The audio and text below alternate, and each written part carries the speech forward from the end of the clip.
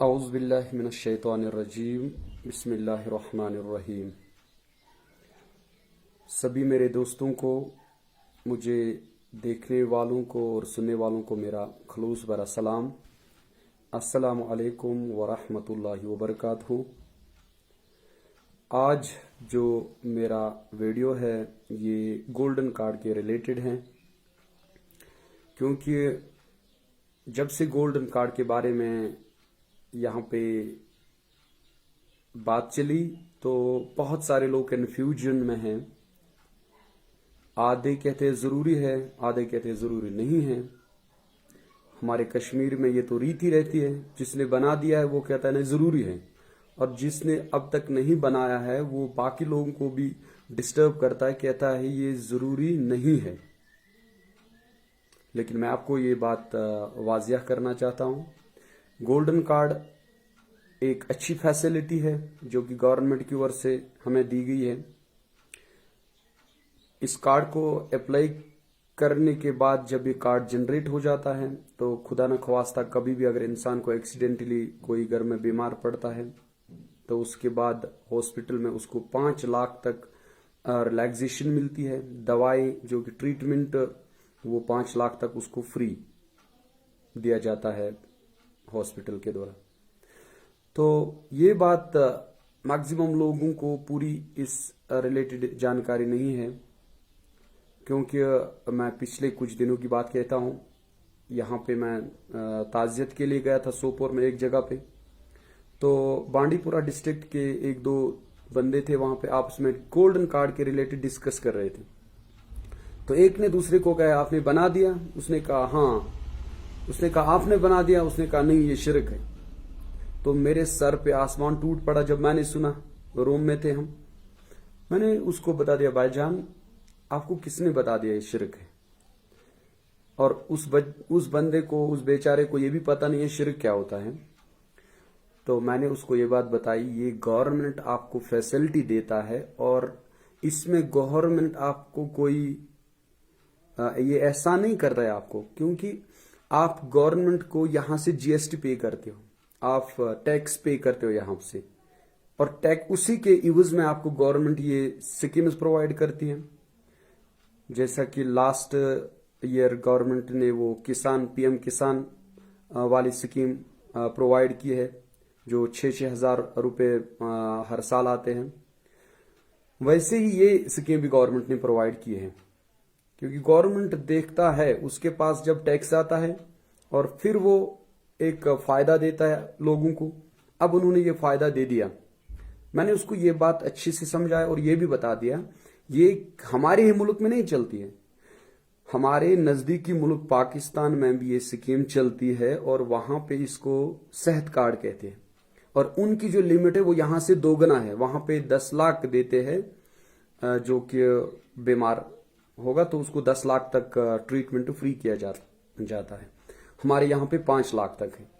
और गवर्नमेंट ये हम पे कोई ऐसा नहीं करता है, क्योंकि हम पे करते अपना टैक्स गवर्नमेंट की ओर। क्योंकि जो लास्ट ईयर 550 रुपए में तेल का डब्बा था, आज वही तेल का डब्बा 850 रुपए में है। 300 रुपए एक तेल डब्बे को चढ़ गया है एक साल में। तो इसका मतलब हम पे करते हैं यहां से, वहां से उसके एवज में हमें स्कीम मिलती है। अब इसमें कोई दोहराई नहीं है, ये कोई गुनाह नहीं है, ठीक है। मैं गुजारिश करता हूं मौलवी साहबों को भी मेहरबानी करके आम जनता को आप परेशान ना करें इस हवाले से। हो गई ये बात। और रही एक और बात, लास्ट टाइम जो वीडियो वायरल हुआ था, कश्मीर क्राउन ट्रस्ट के एक अहम सदस्य ने वो वीडियो दिया था, इनामुल हक, जो कि बांडीपुरा डिस्ट्रिक्ट से है। उसने एक सीएससी सेंटर वाले को पकड़ लिया, बांडीपुरा त्रिकपुरा में आई थी केस, और उससे वो बातें कर रहा था। उसको कह रहा था गवर्नमेंट की रेट 30 है और आप 50 लेते हो। और उस बंदे के पास भी इंफॉर्मेशन नहीं थी। उसने कहा जिसको बनाना है वो बनाए, जिसको ना बनाना है वो ना बनाए। और खुद मैं कहता हूं जो कि जर्नलिस्ट है और काम कर रहे हैं पिछले कुछ सालों से कश्मीर क्राउन के, उसके पास उसको खुद भी इंफॉर्मेशन नहीं है गोल्डन कार्ड के रिलेटेड। जब वो वीडियो वायरल हो गया, मेरी बात उस टाइम मेरे शाम को मैंने इनामुल हक को कॉल की थी, उन्हीं दिनों की मैं बात कहता हूं।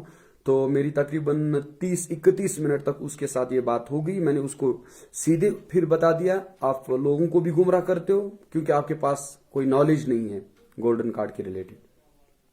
अब मैं आपको कुछ बातें इस बारे में बताना चाहता हूं।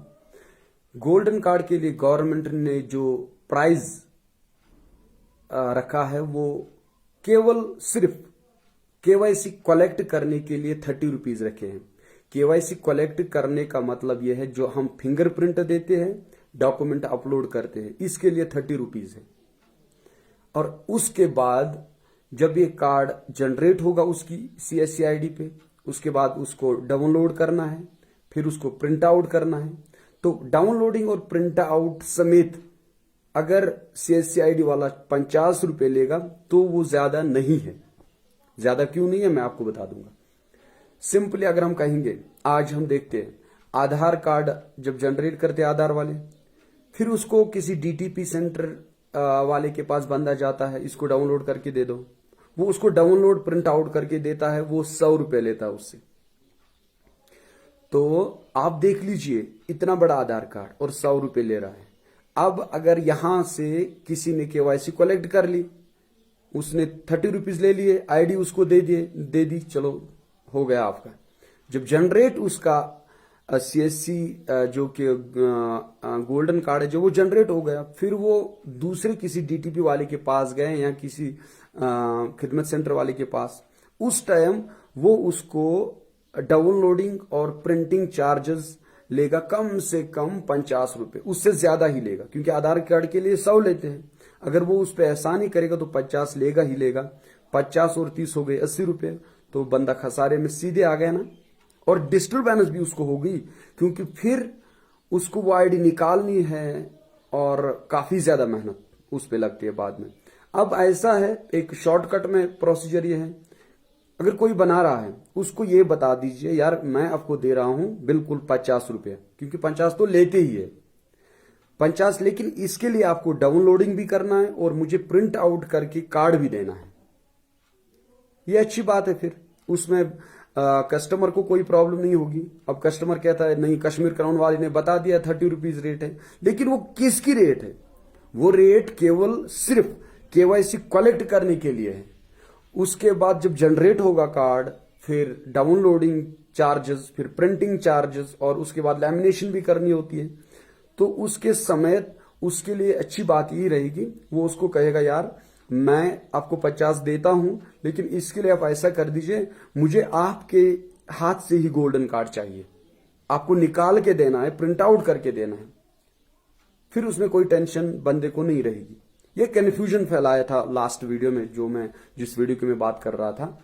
लेकिन बदकिस्मती है क्योंकि जो ये जर्नलिज्म हमारे कश्मीर में बनी है, एक गुंडागर्दी सी बनी है।